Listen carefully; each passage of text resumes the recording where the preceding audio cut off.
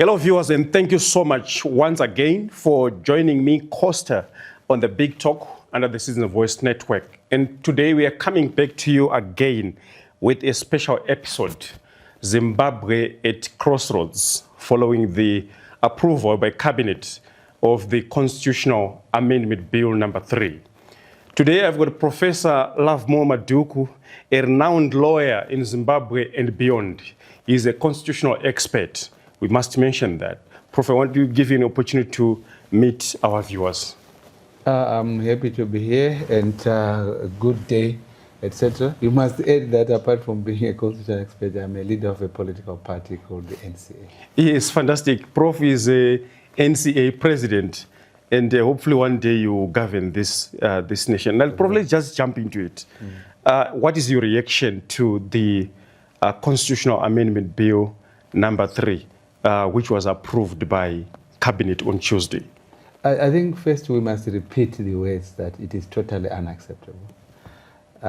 It is a lot of nonsense, it is so, very provocative, in other words, provoking the entirety of the population in the country, and also extremely arrogant of the ruling politicians to even suggest or make suggestions of that nature. So that is the combination we can give to the reaction. Total unwarranted as well, in the sense that there should have been no moment in the history of our country when the ruling politicians just wake up and say, these are the changes that we intend to make to the Constitution from nowhere. So those would be the reactions that I would make right at the outset. What is the most upset about it? Okay, what is upset about it is the mere fact that you can actually say that the people of this country will no longer have the right directly to elect their president, a right that they have enjoyed for years. It doesn't matter that other countries had a situation where they would not elect, or they have a situation where they do not elect the president. Because that is the immediate answer I've gotten from those who say, but it happens here and there. But that is not the point. This is the right that Zimbabweans have always had, I think since 1990. To elect a president. So our politics, our concept of a democracy, and those things that we love to do is that every 5 years we get to have to elect the president of the country and so forth. Then you say, no, we are not going to do it. And this is just coming from a group of people who are in power themselves, say we no longer like it. No one has said so from the people. That is the most upset about that thing. But I can go on because almost everything about it is absurd. You also take the fact that who is saying that, who is making the proposal. Then you are told it's cabinet chaired by the same president who ought to respect the fact that he was elected by the people for a 5-year term, and he can go behind the back and say, no, now onwards I'll be exercising my power outside that.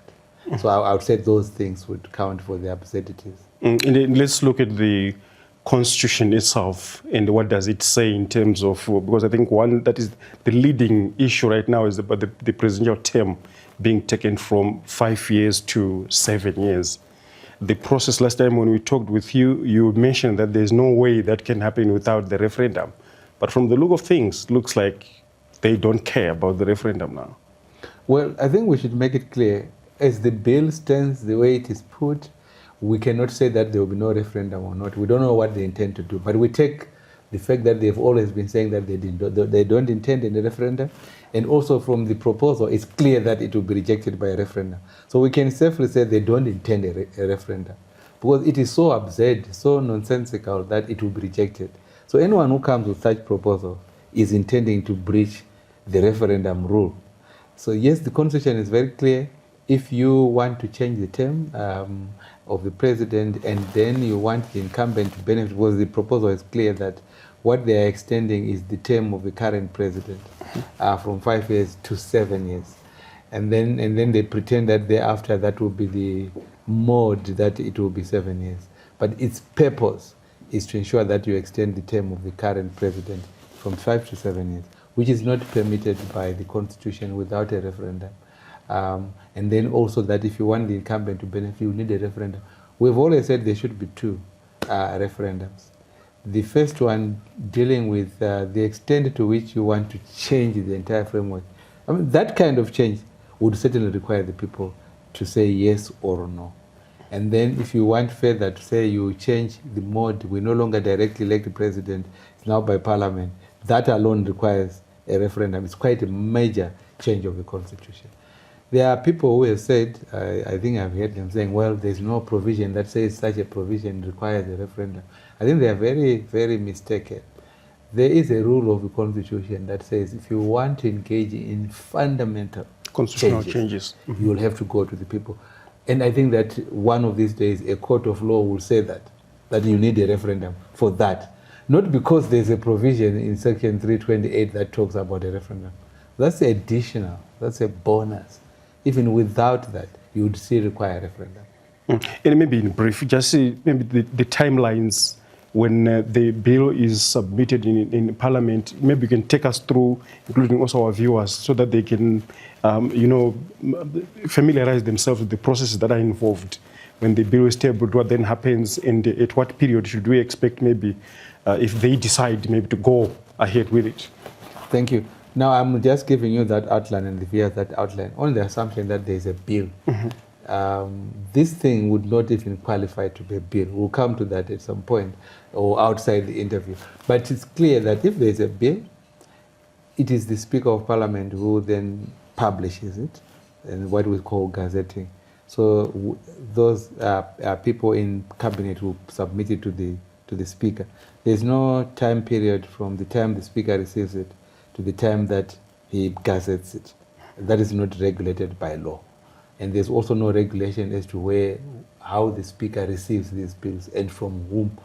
That is not provided for in law, whether it's from the Minister, from the Attorney General, from whoever who gives the Speaker. But once the Speaker then makes the decision to gazette, he must then immediately after the gazetting, Parliament must undertake public hearings, engagement with the public debates on that. And that must go on for a period of 90 days. And the 90 days is not 90 working days. It's 90 days in the pure day, weekends and so on. Included. Included in that. So you have a 90-day period. You don't count the day when he's gazetting. So you start counting 1, 2, 3, a day after the gazetting. And then for a complete 90 days. When the 90 days are done, then the next day after the end of the 90-day period, Parliament can then start debating it. They introduce in Parliament what they call the first reading. So from that period, it goes according to the parliamentary calendar. There's no minimum period or maximum. It will go to a first reading, which is just to introduce the bill. And then that second reading would then be followed by a second reading. In between, there's nothing else that happens. So it's a second reading. At the second reading stage, whoever is the minister will tell us why they have the bill. And then also parliamentary report on what they have been consulting the people on. All those things will come at the stage called the second reading. So it can be at the same sitting after the first reading or the next day. These are now regulated by standing orders. So it will go through that second reading, and then from a certain reading, they go to what they call a committee stage where they debate it clause by clause and amend, blah, blah, blah, blah.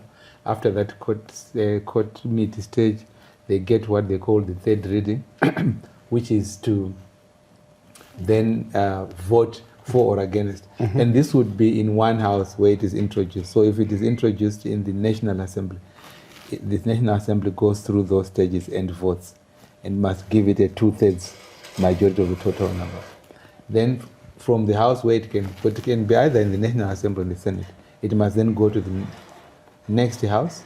So if it would have started in the National Assembly, after the National Assembly has passed it by a 2/3 majority, it goes to the next house, which also goes through its first reading, a second reading, committee stage, and then a voting stage.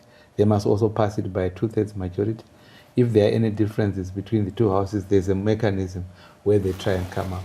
So once the bill has been passed by both houses, we then get to the critical stage, depending on what these movers are thinking. If it is a bill requiring a referendum, it must not be taken to the president. It must go to a referendum and be passed. Now, this bill, whatever way, it requires a referendum. At what stage are we going to know whether it will require a referendum at what stage? Okay, I think your question must be, at what stage would we know what they intend to do? Okay. This bill requires a referendum, whatever it is, before it goes to the president.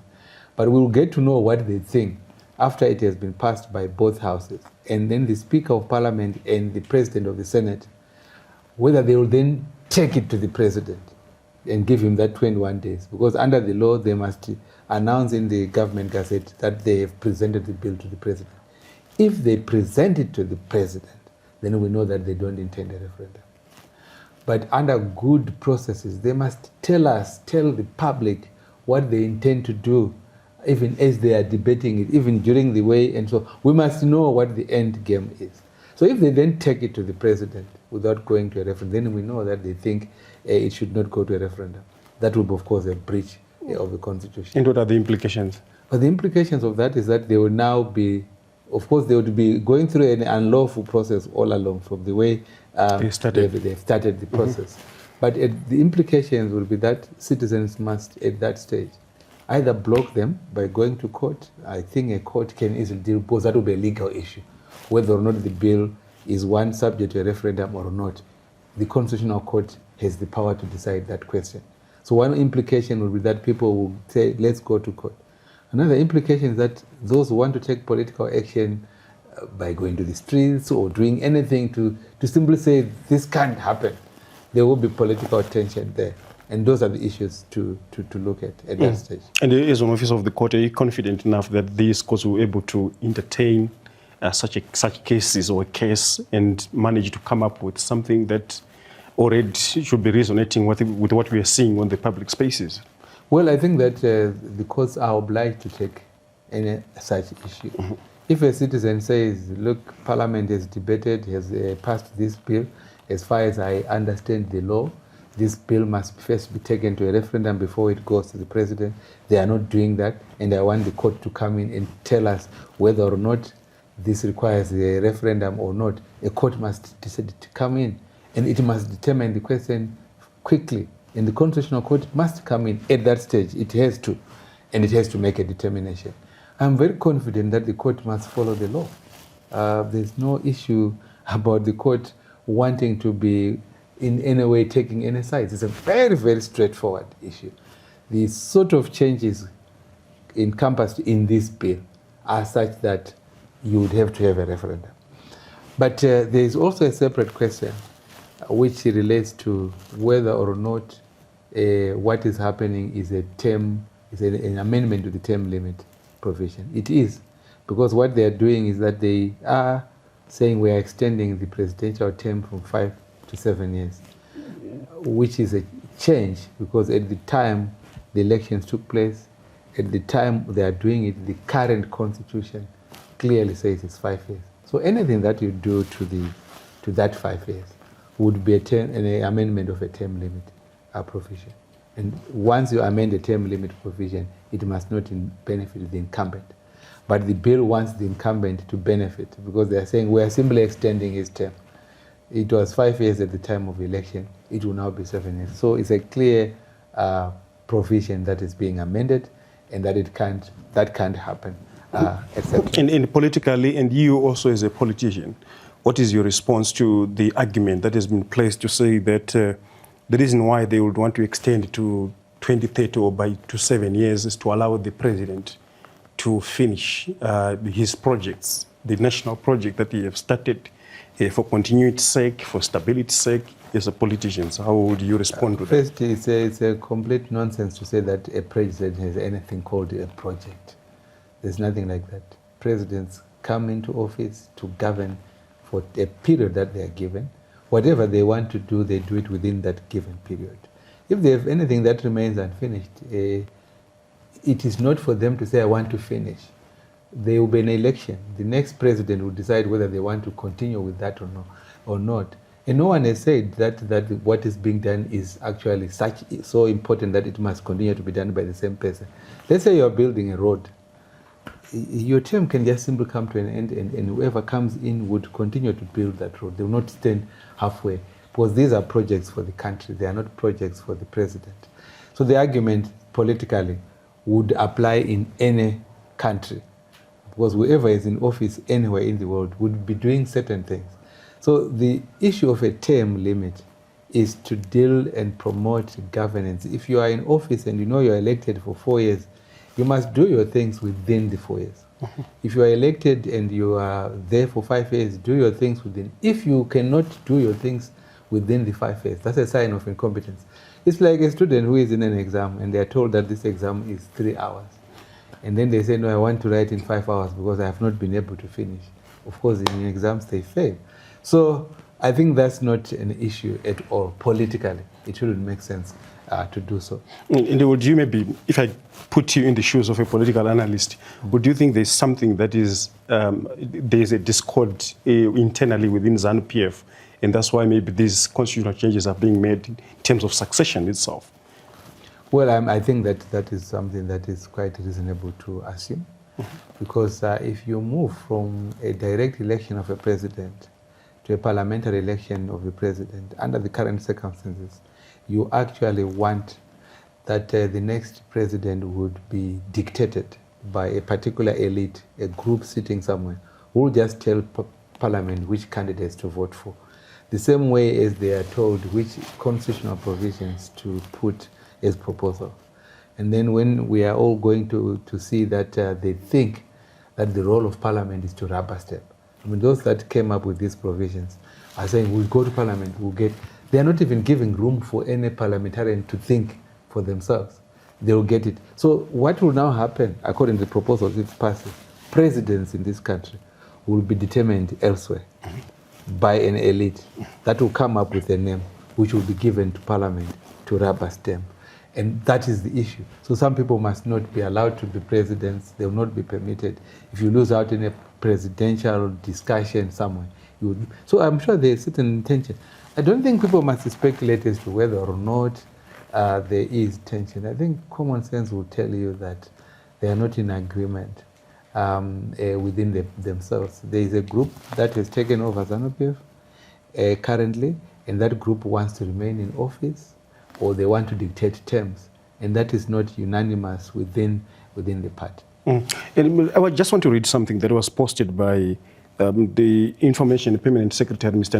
Nick Mangwana. I want you to respond to that. You said Botswana, lauded for its stability and governance, elects its president, not by direct popular vote, but through its parliament. South Africa, with its world-celebrated constitution, uses the exact same method.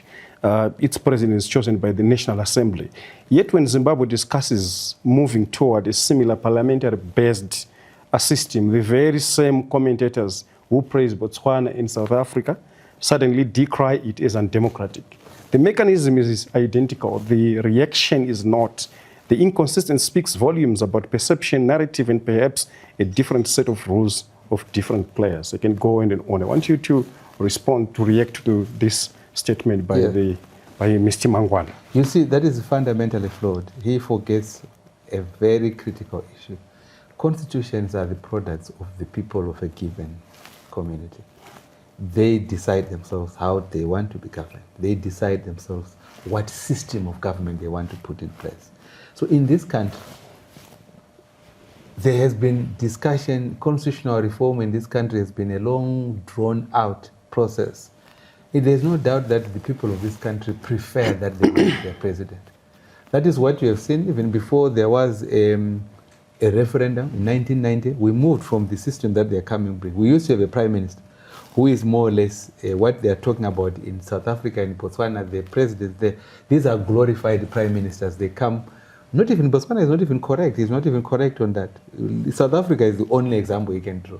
In Botswana, the president would be a candidate, but only the manner in which the votes are given for you to be president. How many parliamentary MPs of yours win and so on. So let's remove Botswana there and leave South Africa. And South Africa is a prime ministerial system which they have adopted, where you elect from the MPs there, etc. But to shoot that argument down is a very simple issue. There is no one system of government in this world. There are different systems of government. Why are they different? Systems of government are different on the basis of the wishes of the governed. So the wishes of Zimbabweans is that they elect their president.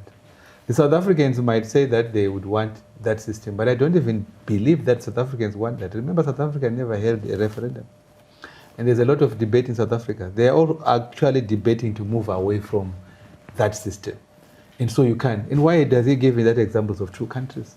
And he has not given other countries. So my answer to you, politically, Zimbabweans have always. Now, even though I don't support the way in which the 2013 constitution came about, I was part of those who were campaigning for no vote, but it was not no against the principle that people must elect their president. So as recently as 2013, Zimbabweans had a constitutional process, and then there was a referendum. And we are told that people, 93% of the people voted yes. So as we sit, we have a constitution where that's what the constitution says, we, the people of Zimbabwe, would want to elect our president. Then it is not the people of Zimbabwe who are proposing that they now no longer want, because we've never heard about it. It's the elite. Yes, the elite. We only learned about this. All we knew was that they wanted to extend the president's term to 2030. And then suddenly we are told actually presidents will be elected. So he's wrong in the sense that he can't impose on the people of Zimbabwe the fact that Botswana and South Africa are doing this, so we want. They are very different. But South Africa is not as old a democracy as ourselves. Remember 1980 when we started. South Africa came on board 1994. That's when they started. And they have a complex political system with a huge white population there. And I think the checks and balances required to maintain a South African democracy, very different. I think that the average South African would look to a day when they can elect their own president directly. So surely this is what irritates, because he hasn't said the people of Zimbabwe now want their parliament to elect a president. He simply says this is what is happening. And that is where the bone of contention is. And that is where politically the fight is going to be. There will be a lot of fight in this system. We want to preserve the right to elect the president. May I add, if you allow me, to say that the system they are bringing in is contradicting the Constitution. The current president has certain powers that are based on the fact that he is elected directly by the people. Once the president is not elected directly by the people, certain powers must simply go away. In those systems that say that the president is elected by parliament, a president elected by parliament does not enjoy the same powers as a president elected by the people. It's a well-known system. That one is called a parliamentary system, where you elect the president by parliament. The other one is called the presidential system. So you'd give the president the powers that say, look, he is deriving his mandate from the people. Now what they want, they will have a president elected by parliament, but enjoying so huge powers as if elected by the people. So he can veto legislation. He appoints virtually everyone. I mean, why would that happen? In the current constitution, they're not even proposing to amend the provisions where the president can simply not be removed by a vote of no confidence. In all these countries where they have, in countries where you have a pure parliamentary system, like in South Africa, a president can be removed on a mere vote of no confidence. And that president would still be, you see, South African presidents, every month, they are in parliament answering questions, fielding. Now they would have a president elected by parliament, but who still wants to enjoy the fact that I not be asked questions? Can't be accountable to. So they can't have it. It's totally nonsensical. Clearly not acceptable to the people of this country to have a situation where you take away from them the power to elect directly a president. And another argument they are pushing is that it is going to help to cure the toxicity that has characterized our politics, the divisions, hatred, and so on, including even violence itself. So they are saying this parliamentary system of the president being elected by parliament itself will cure the toxicity. What is your response to that? I mean, okay, what they are calling toxicity of election is what they are bringing themselves into. The violence, all those things are coming from ZANU-PF. What you require in an election is a free and fair election. An election that is free of violence. Elections are actually an enjoyable enterprise everywhere in the world. they obviously create tension in the sense that these are competitions. Just like even when you're competing for the World Cup and you're watching the finals in the World Cup, there will be tensions here. But you can't say that is toxicity. And you cannot take away that by now saying you would have to go for 7 years without renewing the mandate of a president and so on. And then so you get it. These are self-serving arguments which they are putting in. Elections must be regular. And regularity is defined by a reasonable period. And there's no doubt that a 5-year limit is what meets the reasonableness. Those countries that go beyond 5 years is unreasonable. Most countries, the 5 years, 4 years. There's a universality around the world that those will be reasonable periods. And then every 5 years, you must go back to an election. We must be emphasizing the need to have free, fair, and credible elections, supervised by a truly independent commission, and so on. I mean, look at what they want to do. They would want to have the Chief Justice presiding over an election in Parliament. Those elections would obviously be challenged. The fact that they are held in Parliament doesn't mean that there will be no challenges based on the manner in which that. Then the Chief Justice would be in the courts. Yes, why do you bring a Chief Justice to preside over an election, etc.? They are just copying and pasting South African system, which is also damaging our own pride and integrity as a Zimbabwean nation. You can't just move around by cutting and pasting. When you want to win an argument, it happens in this country and so on.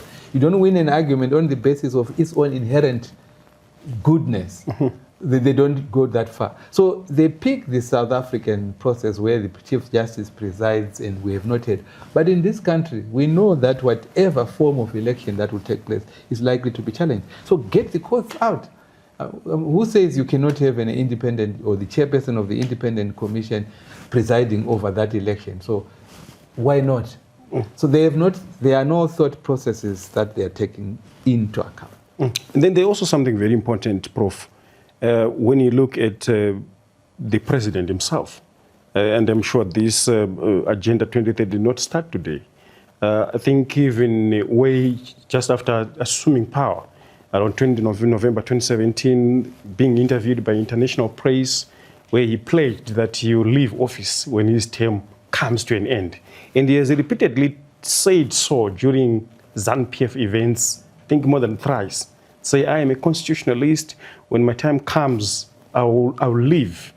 But now he has chaired a cabinet that has approved him now to go beyond 2028. What is your reflection on his character? Well, I think we should be very clear and at least fair to him. He has not yet breached that commitment. His term is ending in 2028. There's no doubt about it. The Constitution has not yet changed, even as we speak. So even if the amendments are to go through, it doesn't mean that he will stay beyond 2028. So we should still respect his word and hold him to his word. The danger that we have, just like we have then awoken to the fact that when they were talking about 2030, they meant a whole host of other things that have just been sneaked in. We might also wake up to the fact that it is not Mnangagwa who will be in office between 2028 and 2030, and so forth. These are possibilities, which is why it's a dangerous thing. So for now, yes, he has chaired a cabinet in which some people are making proposals, but his promise, his statements are so prominent that I shouldn't say that he would go against his own word. And let's continue to say that he will stick to his word. And I've said this before. It's too early to say these are his games. We don't know what is going to happen. The danger the country is facing is that in his name, which is where he must be blamed, that in his name certain things would happen and then we will be ambushed. So it's a 2030, ED 2030, but we don't get 2030. We now hear that judges no longer have to be interviewed when we select judges. We now hear that we want to bring back some delimitation commission. Commission, yes. We now hear we want to do away with the gender commission, this commission. We now hear all the, but they're all coming in under the name Vision 2030 and so on. That's where I think he has to take blame. But over his commitment that he won't go beyond 2028, I mean, there's no reason for us to say that he would go beyond 2028. And I've also seen that the clauses, we don't want to risk situation that they amend their thing. It's even their bill, when you look at it, it's It's not automatic that you extend the term. We don't know what Parliament will do in 2028, what they want the Parliament to be able to do. Is they also run the risk that this amendment, because when it passes, it might not have the effect that they want it to have. Remember, I've said that it might not reach parliamentary debate. We might succeed in blocking it. Politicians, we might succeed in blocking it.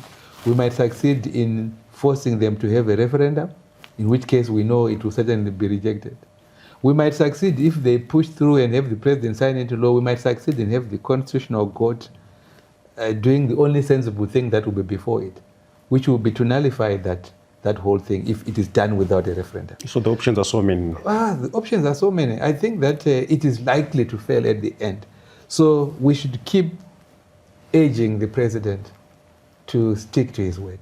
And let's look on another proposal being pushed within this bill, that is to return the voter registration assignment to the Registrar General. We had issues before because it used to be handled by the Registrar General. What is your reaction to that? What are the dangers?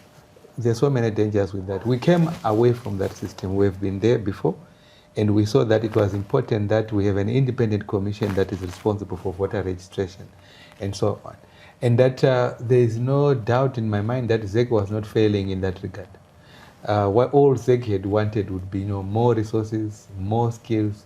If they wanted certain information which the Registrar General has to be automatically transmitted to the ZEC database, that can easily be done without the kind of change that they're undertaking.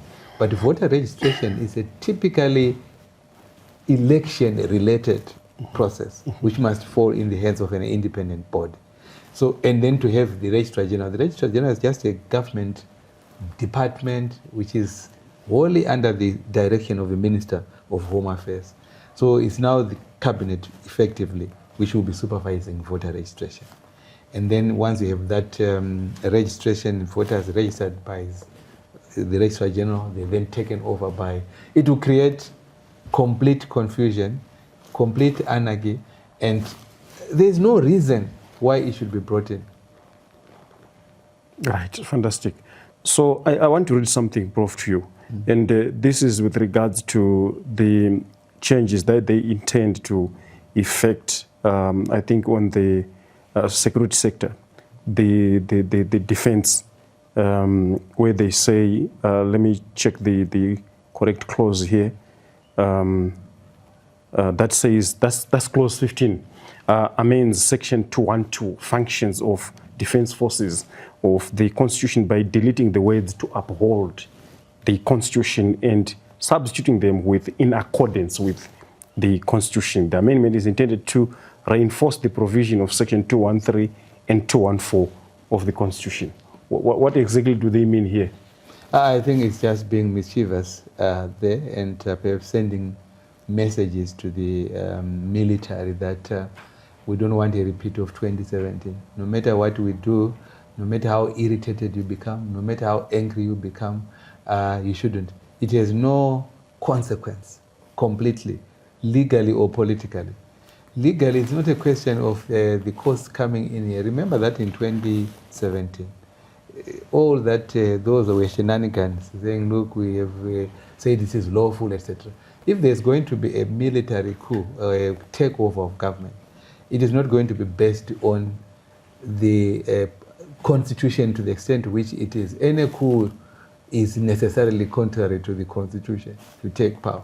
So this nonsense of saying, and you can forgive me for using that word, of saying that the 2017 coup was legal, I'm sure that's we all know that that is not correct.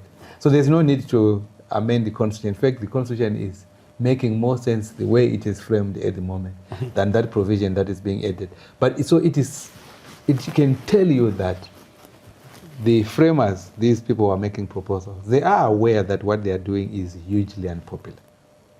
And they're anticipating? Yes, they know that it's hugely unpopular. And they want to remove the temptation of those in the military saying, no, you can't do it. And then you do it in a manner, what they're doing. You know, if the Constitution allows it, if we've amended the Constitution, etc. They are trying to avoid it. Yeah, but which doesn't work. You cannot take away possible future charges of treason against those that are responsible for the proposals that have come. Remember, these proposals are not coming from the people. They are coming from a group of politicians who simply want to change the entire state system in the manner that is being proposed, especially that structure of governance which they are trying to propose themselves individually, and then at the same time they also do not want a referendum, do not want people to say yes or no to those proposals. That is actually very dangerous. Would you think the ground maybe could be ripe if this push continues for any military intervention? Well, look, a military intervention is not about whether the ground is ripe or not. I think military interventions will come depending on the thought processes of the people in the military. I'm not aware, I'm not familiar with when they come in. But if you go by 2017, if we were to look at those that came in 2017, those that came in 2017, as far as they said to us and what we were able to see, is when they feel that the ordinary people are no longer able to stop certain things that are done by those in government, but which are totally unacceptable. That's my understanding of it. If you feel that the public is now helpless, like if, for example, you really feel, but that is wrong and very wrong, but the public can't do anything, cannot do anything about it, that's when normally they intervene. And so this is not about ripeness. We will do our best to stop this thing. No one wants the proposals that have been put forward. We would want a referendum should they want to make those proposals. Now, if we lose out on these things, who would stop anyone else with power to say, look, I'm coming in? So I'm sure we have several interveners. One, of course, will use the legal process. The other one, we appeal to God, we pray to God in case he has some way in which he intervenes. And I'm sure that those in the military, whatever they want to do, they can do it. They are not going to be invited by anyone. But that amendment or the proposed amendment tells you that our politicians fear military intervention because it has happened before. Mm-hmm. Mm-hmm. And then maybe let's also look at the other part, the appointment of judges without being subjected to interviews. Mm-hmm. What does it do even to our judicial system standing and integrity? Yes. It is very, very unacceptable that you get the politicians on their own, taking away a transparent process. There were certain problems with the interviewing process, but what was required was to perfect and improve the interviewing process because it is happening in many countries. Now let's take, if we go by what Nick Mangwana was saying. He was saying he was defending the new system because it happens in South Africa. Then the South Africans are the ones that are very prominent in interviewing their judicial officers all the way. He doesn't want to point South Africa for, he reverses the South African process, whatever. So you can see they're picking points that they... Yeah, exactly. So, but what we know is that in the appointment of judges, you want transparency. You want to be sure that you are not picking your colleagues and so on to be judges, because judges are for everyone. Interviews would normally tend to remind those who then occupy judicial office that they are supposed to be accountable. So there are two qualities that are required: independence and accountability. And so accountability is totally defeated if the appointment process is going to be secretive. Now with the current people that are in office at the moment, if we take away interviews, then you'll be surprised the kind of judicial appointments we will have. We all want judges to be competent and independent, and that is what we assess when they go through interviews. But if we don't have interviews, very unsuitable candidates will be appointed as judges, and that will undermine the rule of law, to undermine the doing of business here, and we will then have people being judges who have no idea of why they ought to be alert and know the law. Because if you're appointed on the basis of your patronage system, why do you want to read the law books? Mm-hmm. You don't need to. But what would be the politics of it, by and large?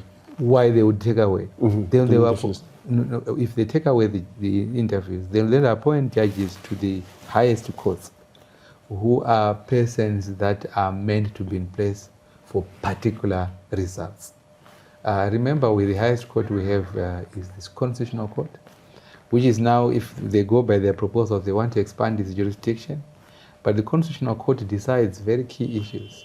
Now I'm sure there will be no longer be presidential petitions. You used to have which, and if you now have an election, I mean, there's so many things that are not making sense. But you'd want a court which you can have your people in the highest courts. We don't want that. Let's have judges getting to the offices on merit, and the interviews are one way in which somewhat we can ensure there is a minimum level of merit. And maybe lastly on this bill, the additional number of senators, what do you make of that? They are meant to put the 10 people that are within the elite groups that are responsible, who would not be able to perhaps win an election directly. So if you, in the 10, you'll be assured that you will be in parliament. And then they are also meant, I'm not sure whether they will have requirements to say for you to be president, you must also be an MP first. So even those people that will be earmarked to be presidents, they will first be appointed the senators, right? So they will sit in Senate. When a presidential election takes place or a presidential replacement takes place, you are already in place, etc. So it's a patronage system. The 10 are meant purely for patronage. People that would be liked by it. It happens in many other systems that end. We are coming from there. Remember, we used to have at a time when the president was appointing directly or indirectly up to about 30 members of parliament during the era of President Mnangagwa. And I think during the constitution making process and also during any debate on a constitution, we say those things should not be in. So it's for a patronage system, and it's just the dangerous lot. People would be appointed at a particular time when they are waiting for a particular appointment. And maybe also we look at the budget implications when such a already there are concerns that we have a bloated parliament. Yeah, I mean, that's I hadn't really thought about that. That is a very important point you are making. Yeah, so you have a huge bureaucracy coming from increasing the size of parliament. Parliament is already too big as we speak at the moment. With we had added the youth, 10 youths the other time. So from 270 to 280 in the National Assembly, and then you now have 90 and so on. So it will be a parliament of 370 members of parliament in a country like ours. I think that the president will still have the 7 ministers who can be appointed from outside parliament, etc. So it is more and more a huge bureaucracy. I don't think they are looking at that, but the argument to defeat this is the undemocratic nature of it and the potential danger that it is an elite pact. The 10 would be a vehicle for certain persons to be favored ahead of even more important appointments, especially on the president. And some have been also asking to say they have talked about parliament and the president's terms being potentially extended and having to enjoy the 7-year term, but not anything explicit about the local authorities. Well, I think you know that the bill is they say that they are working out and so on. This bill was hurriedly prepared. So there are so many gaps there, which you can be sure when you look at the gazetted bill. And I think it's important for viewers to know that we only have half the story because they have not published the bill. The bill that we are discussing is what leaked, which is confirmed here and there, not in the real text. If the broad principles are correct, but these small issues of whether it will apply, obviously it will apply to the councillors as well. I think they would continue to have a harmonized election. So wait until you get the gazetted bill. You might find that there will be more things added there and even more unacceptable things. So that is very important for the public to know until we get that bill that will be gazetted by the Speaker under Section 328 of the Constitution, which is now, then we say this is the bill. What we are having now, these are bits and pieces. And I have no doubt in my mind that we'll get more and more unacceptable things in the actual bill when it comes out. So I think clearly they would not leave the councillors out. After all, they claim it's toxicity. I'm sure they would not have a local government election 5 years and so on, and then they are likely to be pushing all this way. Let's look at the political side of it. As the opposition, as NCA, what strategies are you going to employ to make sure that you block this 2030 agenda, as we are seeing the moves that have started now being taken? Okay, I mean, we have so many options at our disposal, working with others. The first one is the political side, which is we will have to come out as NCA as a voice to condemn this, and then we have to support that coming out by physical acts. So physical acts would require to make noise and speak out and have meetings around the country to try and mobilize people to just be angry against that. What they do with that anger, we leave it to them at that stage. So first is to mobilize people that this is wrong and so on. So we increase the people's anger against unacceptable. Where we are required, we will be having street protests to the extent that we're able to mobilize and join with others. We'll certainly be in the streets. We'll go back to the NCA of 2000, the NCA of 2003, the NCA of 2007, where you would go to the streets. And I think you have heard that statement from President Mugabe, where we were not worried about the numbers. We were worried about the idea, which is where some people misunderstand. So you should expect to see me again in the streets. Now, I am able to do that, and I will lead members of my party to do that, and I will join others who will be doing that. Because there's no politics without, you back up your thing. So we mobilize people to be angry against the government and these initiatives. And then we leave it to the people to then express their anger in their own way. Then we will go peacefully in protest.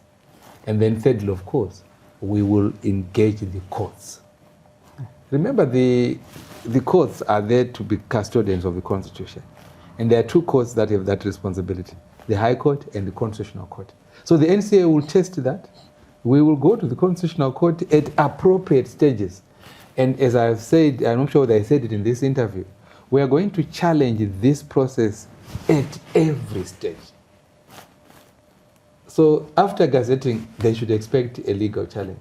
The NCA of 2000 was well known to be a constitutional movement, promoting the respect of the Constitution. Would you regret at this juncture that it has become a full-blown political party? No, there's no need to regret. I mean, it is not about whether it was a full-blown constitutional movement or full-blown political party. It's about what the NCA stood for then and what it stands for now. As a party, it still believes in the idea of a people-driven constitution. Constitutions must come from the people.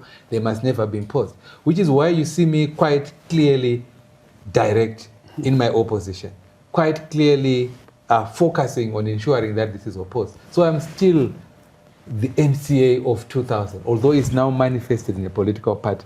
So that's why I've seen people forming other entities. That's fine. We'll work with others. But I have no doubt that the NCA of today will still reflect the NCA of 2000. We don't look behind and say how many people are following us. We worry about what we are saying and what we are doing. So to say no to these proposals, we will say that whatever the consequence of that. To back that up by political action, we will do so, whatever that means. And then we are adding, as I've said, we will also have legal challenges. So that sometimes everyone must play their part. The courts must play their part. They were put in place to look at issues. Now, in this case, we believe it's clearly unconstitutional, and the courts must help. If we look at the status of the opposition in Zimbabwe is fragmented, how are they going to come together to fight this spontaneously or in organized, structured movement? I think the fragmentation, as you put it, would not arise here. Fragmentation has been around for purposes of electoral politics, where you're going to elections with different political parties. But if you are in a movement that says we no to the Constitution, like I've seen the voices, I don't think that that fragmentation will arise. If anyone proposes anything that is in line with opposition to this, you will see that the opposition will be united, much more than that. So we'll expect the churches, we'll expect everyone who disagrees with it. On the other hand, ZANU-PF is a political party. It is the one that is pushing that. So there will be ZANU-PF on the one hand, and I think the majority of the opposition. People have now an opportunity where it will not matter who is saying what, who is leading what. What matters is what is it that they are saying. And I believe that it's an opportunity for them to unite, at least for this cause. And there's nothing wrong with them working together here and achieving their objective and going their different ways when it comes to... and the dust is settled. Yes, when you get to the election in 2028, we can go different ways. But to stop this bill, I think we will be united. Have you made any attempts maybe to reach out to fellow colleagues in the opposition sector? Or have anybody reached out to you to just have a discussion around this, what we are seeing right now? Okay, I think that it would be unfair to then refer to reaching out. Remember, this thing was confirmed yesterday evening. And just a few hours from there, all what we did was, first and foremost, each one of us went to social media. And I've seen that on social media, our statements are more or less the same. We've had some telephone conversations with a few others on the way forward. And I think that you will see more of that. We would not say that you must form an entity and give it a name where people are under the same roof. We will concentrate on doing certain things. So going out to the people there and addressing them and encouraging them to stand for their rights, and like I'm saying, you know, encouraging them to be angry and to express their anger in a way that they deem fit, we will do that. I'm sure we'll all be doing that. Going to the streets, I think many politicians will do that. Some may not prefer, you know, street protests. Going to the courts, I think, so I mean, there will be, I'm also still waiting to hear what the strategies of others are. But these are the three I've put down now. I'm sure that others will get even. But for me, I will be working with everyone. I will join everyone else who would be opposing this. And traditionally and historically, we know how the state responds to protests. Citizens, you politicians, especially the opposition, trying to exercise your Section 59, the constitution of going into the streets. And you know, we have seen some very atrocious responses from the state. Are you ready for that? Yeah, I mean, that will be their downfall. I mean, imagine in this age now, people are unhappy with you have put in constitutional proposals that they think don't make sense, that we shouldn't change our system of government, that these amendments you are coming in, you don't have the authority to do so because this constitution or these ideas came from the people, etc. And then some people go to the streets peacefully and you come down on them. I mean, that's out of range. They won't survive that. So let them do so. That's their strategy, but they won't survive. And no Zimbabwean must be discouraged to get to streets because there is not, they don't have an open check to be cruel or an open check to come down on people that are peaceful protesting. They don't have that open check. They are not gods, they are not anything to be able to do so. So if they do so, let them do it. They won't survive that. You can't openly come out now and just be brutalizing people that are going in the streets. You should separate this from taking a few people. So you take job scholar there, keep them in and so on. We regret that Zimbabweans were not able to come out in the numbers to say, look, don't do it. We take a few people, James and Timber and others, we put them behind bar, things like that. It's very different from now if we have this combined thing and so on. I can assure you that this government cannot survive an out-and-out brutality against people that will simply be resisting this undemocratic move. They can survive. They never survived before. If you know what they did in 2007, is that picture we are with Morgan Changra and others. That is the picture that made them to be forced to go into an inclusive government. Thereafter, the South Africans and others, SADC came and so on. So you think that they can kill people and get away with it? And so let them do it. So, Prof, I want you to respond to these two issues. We have seen already there are people, I think more than 100 of them, who are locked up after having followed the calls by Geza in March last year to come out and obviously call for the resignation of the president, citing corruption, the 2030 agenda. They are still locked up. So I'm struggling to figure out how you're going to motivate the people then to come out into the streets, seeing that already there have been an example that have been set. That's number one. Number two is, I'm sure you've seen the amnesty that the government intends to do. And someone was arguing to say they are emptying prisons so that anti-2030 agenda protesters will have space there. Because you remember there have been a complaint to say there are a lot of people that are being kept there in jail for simple matters that should be resolved as quickly as possible so that we don't have people being congested there. How would you respond to that? Well, I think that if there are people out there that would want to say we want a good country, a democratic country, we would want a democratic, people-driven constitution, we don't want these things. If there are people out there, they must know that there's a price that ought to be paid. I strongly believe that it doesn't matter what they do. People must still come out and do so. We regret very much that there are people that are still in custody now, who were supporting the call by Geza. He saw rest in peace. That is regrettable, that people have not come out to defend those. But things would change. With this, I mean, if you look at the nature of the proposals given, are such that it will change everything. And that people must be prepared to be arrested if these guys want to do it. But they can't put, if they've put 100, they can't put more and more and more people in jail. But if they do so, it's a price to pay. We must not stop what we want to do. In your response about the prisons being emptied for protesters like you who want to demonstrate against this bill? I mean, I've answered that. I mean, they can do that. They can empty the prisons for that purpose. It's a struggle that people are engaged in. If you decide, because you can't get this on just on a silver platter. A group of politicians who are wielding power, who know the sort of power that they have and what they have enjoyed over time, a group of people that have access to controlling the army, the police, and so on, and you oppose them. It doesn't matter what you say.